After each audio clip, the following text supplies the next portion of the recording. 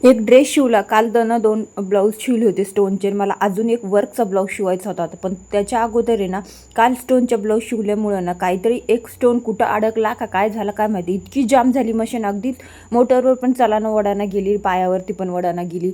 आणि मग नंतर खोलून आहे ना म्हटलं चला आता ह्याचं पहिलं सर्व्हिसिंग करून घ्यावा, कुठं काय कचरा वगैरे अडकला असेल ते सगळा कचरा वगैरे काढून पुसून मस्त असं ऑइलनी तिला आंघोळ घातली.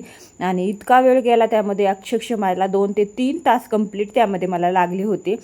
पण काय करावं आता, इतकं बाहेर नेण्यापेक्षा करण्यापेक्षा ना मी घरीच सर्व्हिसिंग करत असते. जसं घेतली ना मशीन तसं फक्त मी एकदा काहीतरी त्याचं सामान गेलं होतं, त्यावेळेस मी एकदा सर्व्हिसिंग करायला नेलं होतं. त्याच्यानंतर मी स्वतः सर्व्हिसिंग करत असते घरी.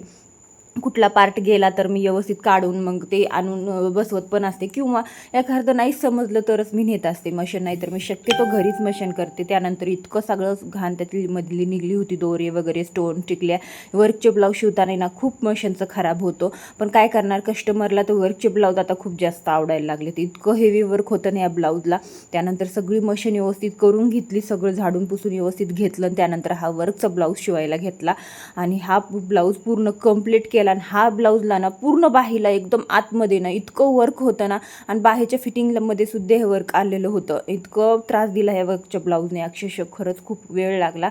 आणि हे दोन्ही पण वर्कचे ब्लाऊज आहेत ना एकाच कस्टमरचे होते, मला ते अर्जंटली द्यायचे होते. काल आले होते ना, संध्याकाळ दुपारपर्यंत द्यायचे होते, पण ते मशीन खराब झाल्यामुळे मला वेळेत देता नाही आले. तरी पण मी संध्याकाळीपर्यंत त्यांना देऊन टाकले.